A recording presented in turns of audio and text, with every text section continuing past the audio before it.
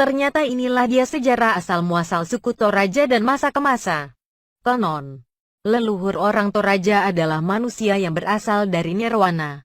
Mitos yang tetap melegenda turun-temurun hingga kini secara lisan di kalangan masyarakat Toraja ini menceritakan bahwa nenek moyang masyarakat Toraja yang pertama menggunakan tangga dari langit untuk turun dari Nirwana, yang kemudian berfungsi sebagai media komunikasi dengan Puang Matua, Tuhan yang Maha Kuasa. Lain lagi versi dari Dr. C.YRUT, seorang antropolog. Dalam penelitiannya menuturkan bahwa masyarakat Tanah Toraja merupakan hasil dari proses akulturasi antara penduduk lokal pribumi yang mendiami daratan Sulawesi Selatan dengan pendatang yang notabene adalah imigran dari Teluk Tonkin, daratan Cina. Proses akulturasi antara kedua masyarakat tersebut berawal dari berlabuhnya imigran Indo-Cina dengan jumlah yang cukup banyak di sekitar hulu sungai yang diperkirakan lokasinya di daerah Enrekang. Kemudian para imigran ini membangun pemukimannya di daerah tersebut. Nama Toraja mulanya diberikan oleh suku Bugis Sidendereng dan dari Luwu. Orang Sidendereng menamakan penduduk daerah ini dengan sebutan Turiaja yang mengandung arti orang yang berdiam di negeri atas atau pegunungan. Sedang orang Luwu menyebutnya Turiajang yang artinya adalah orang yang berdiam di sebelah barat. Ada juga versi lain bahwa kata Toraya asal tu sama dengan tahu. Orang. Raya sama dengan dari kata maraya. Besar. Artinya orang-orang besar, bangsawan. Lama-kelamaan penyebutan tersebut menjadi Toraja dan kata tanah berarti negeri. Sehingga tempat pemukiman suku Toraja dikenal kemudian dengan Tanah Toraja. Sejarah Aluk. Konon manusia yang turun ke bumi telah dibekali dengan aturan keagamaan yang disebut Aluk. Aluk merupakan aturan keagamaan yang menjadi sumber dari budaya dan pandangan hidup leluhur suku Toraja yang mengandung nilai-nilai religius yang mengarahkan pola-pola tingkah laku hidup dan ritual suku Toraja untuk mengabdi kepada Puang Matua. Cerita tentang perkembangan dan penyebaran Aluk terjadi dalam 5 tahap, yakni tipe mulana Aluk di tanpa Daolangi, yakni permulaan penciptaan Aluk di atas langit. Mendeme di Kapadangana, yakni Aluk diturunkan ke bumi oleh Puang Buru Langi di Rura. Kedua tahapan ini lebih merupakan mitos. Dalam penelitian pada hakikatnya Aluk merupakan budaya aturan hidup yang dibawa kaum imigran dari dataran Indo-Cina pada sekitar 3000 tahun sampai 500 tahun sebelum Masehi. Beberapa tokoh penting dalam penyebaran Aluk antara lain Toma Nurun Tamboralangi adalah pembawa Aluk Sabda 100 yang mengikat penganutnya dalam daerah terbatas yakni wilayah Talulembana. Selain daripada itu terdapat Aluk Sanda Pituna disebarluaskan oleh 3 tokoh yaitu Pongka Padang bersama Buraket Tatiu menuju bagian barat Tanah Toraja yakni ke Bongga Karadeng. Sebagian Salu Putri Simbuang sampai pada Pitu Uluna Salukarua Bakbana Minanga. Dengan membawa pranata sosial yang disebut dalam bahasa Toraja Tuunirui Suke Papa. Tuungkandei Kandian Saratu yakni pranata sosial yang tidak mengenal strata. Kemudian Pasontik bersama Buraket Tambolang menuju ke daerah-daerah sebelah timur Tanah Toraja, yaitu daerah Pitung Pananayan, Rantai Bua, Tangdu, Rantai Bala, Takbi, Tabang, Maindo sampai ke Luwu Selatan dan Utara dengan membawa pranata sosial yang disebut dalam bahasa Toraja Tuunirui suku Dibonga. Tuun Kandehe Kandean Pindan, yaitu pranata sosial yang menyusun tata kehidupan masyarakat dalam 3 strata sosial. Tang Dilino bersama Buraket Tangga ke daerah bagian tengah Tanah Toraja dengan membawa pranata sosial Tuunirui Suke Dibonga. Tuung Kandehe Kandean Pindan. Tang Dilino diketahui menikah 2 kali, yaitu dengan Buen Manik. Perkawinan ini membuahkan 8 anak. Perkawinan Tang Dilino dengan Salebikti dari Makale membuahkan seorang anak. Ke-9 anak Tang Dilino tersebar ke berbagai daerah, yaitu Paben menuju Kesu, Parange menuju Buntau, Pasonti ke Pantilang, Potemala ke Rongkong, Luwu, Bobolangi menuju Pitu Uluna Salukarua Babana Minanga.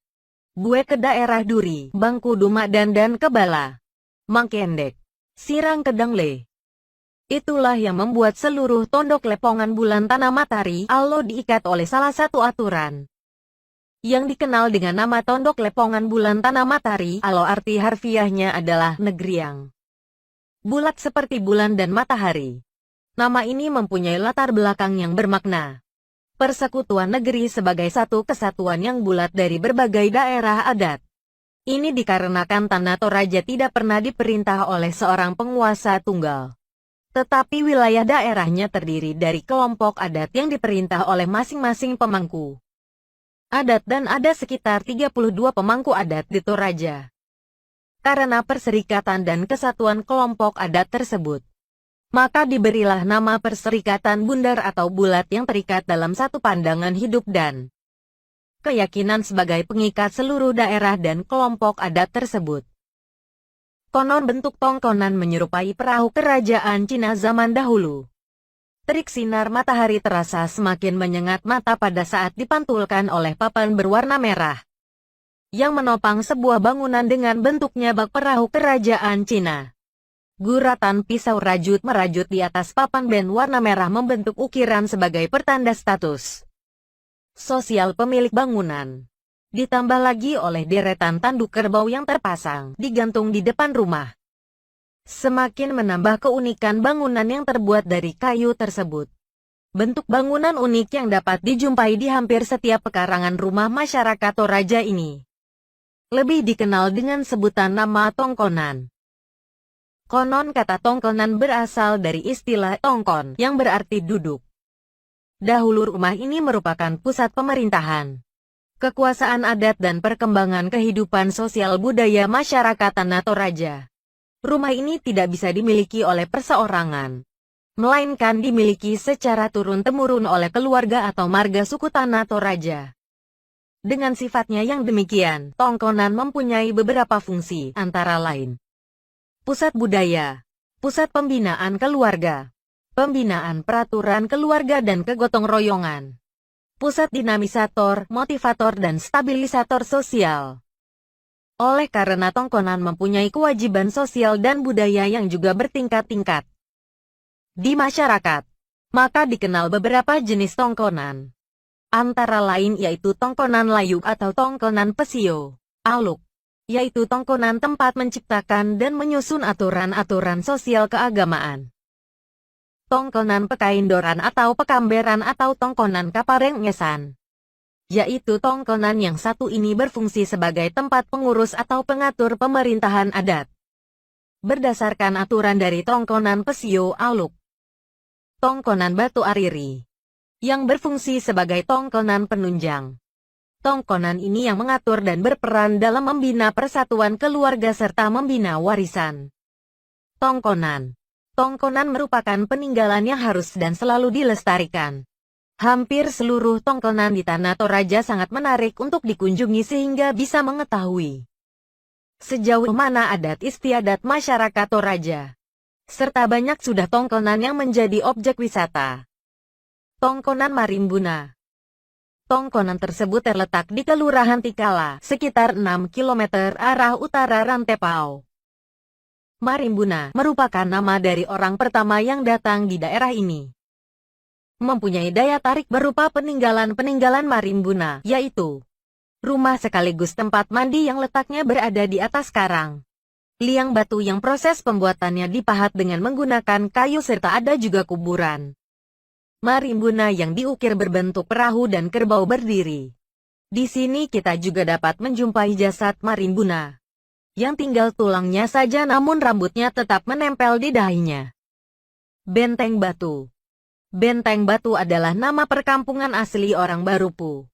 Perkampungan ini terletak di Kecamatan Rindingalo, dengan jarak kurang lebih 50 km arah utara Rantepao. Di daerah ini seluruh wilayahnya dikelilingi oleh tebing, sehingga otomatis keberadaannya terisolir dari dunia luar.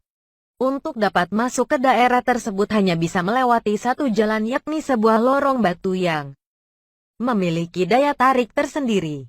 Tebing-tebing yang mengelilingi daerah ini